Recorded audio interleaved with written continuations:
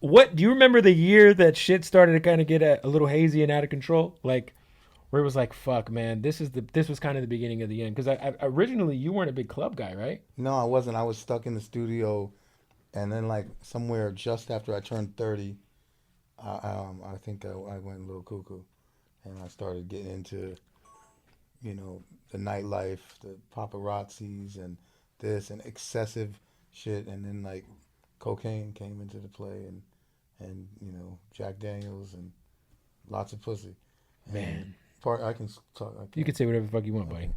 okay. Yeah, lots of pussy, and I was going crazy, and I stopped working. The work just I was just like I got so much money, I don't need to Work do became shit. I thought I secondary, was invincible. and then so are we? What are we calling this? Like 06, 07? We're calling this oh 07 leaning into oh 08 more like oh So 08. that was kind of the beginning of shit getting That was yeah, crazy. that was yeah.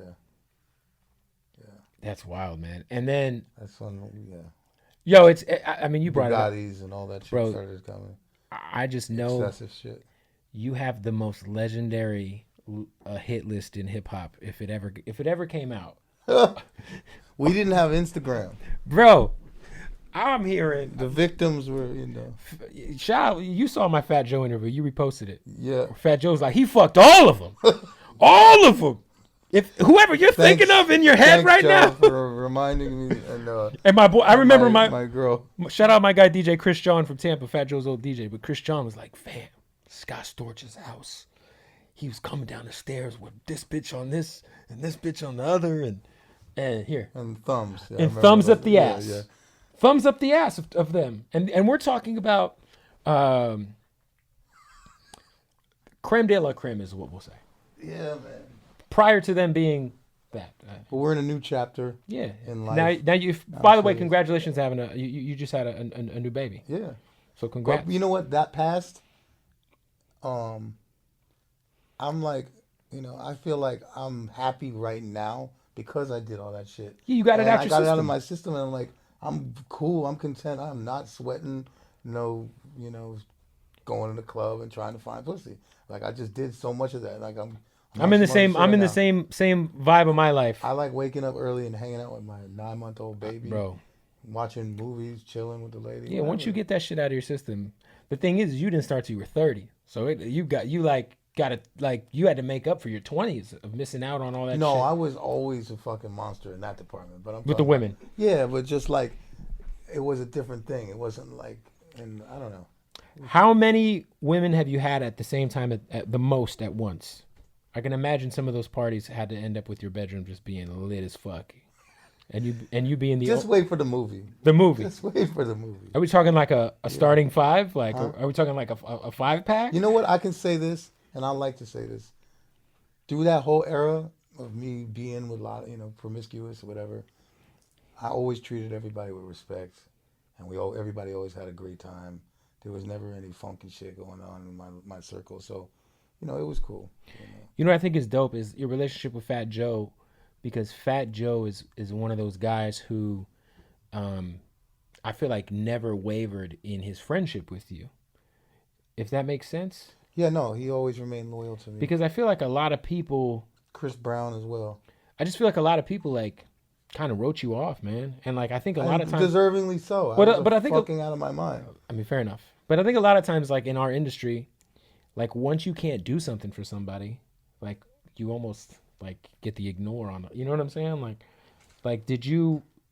A lot of those people who maybe A lot of the people that really cared for me wanted to believe, time and time again. They wanted to believe, so they would, tolerate it with, we just after a while you just figure it out. Like you can't.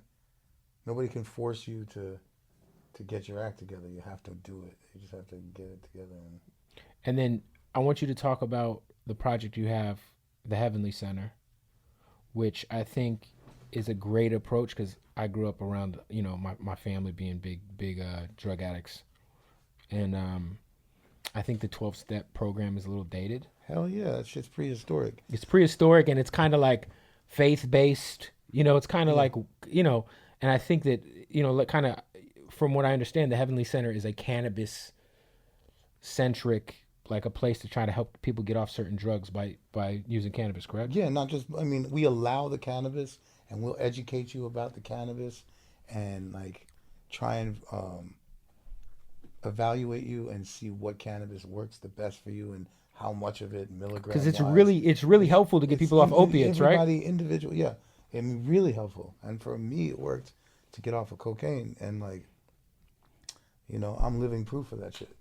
You know, people have anxiety when they're recovering from hard substances. Cannabis helps with that and gets you through that. And people, you start enjoying the way you feel, and it's not like a negative thing. Like whereas like some of these drugs, the high that comes from that destroys your life. It's not the case with cannabis. So people want to feel like they have something that they can relax and, you know, just. And it's it's an anti-inflammatory. So like, I think like we talk about people who get fucked up on perks and shit and heroin, getting off means those withdrawals. And if you could just dab yourself Physical to sleep, addiction, yeah. It helps, man. So the Heavenly Center's opening up when? July 1st. July 1st, and it's in LA. It's in Studio City. Studio City, so it's in the Valley. THC, the Heavenly Center. The Heavenly, I like that. Come on, man. That's fire.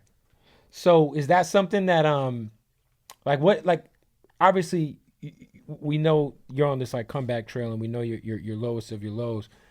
What was the inspiration of saying like, you know what, I'm gonna try to help people? Yeah, that was definitely part of it, and you know, conversations with Steve LaBelle, and you know, he's always helping me, you know, guide me in the right direction. Trying to, you know, to expand on what we do. And of course. It's not always about like making a beat. Like there's so much more we can do. Like, you know, dude, we wouldn't have Yeezys if Kanye West just sat and made beats all the time. We wouldn't even have him rapping. He would still be just producing. Yeah, facts.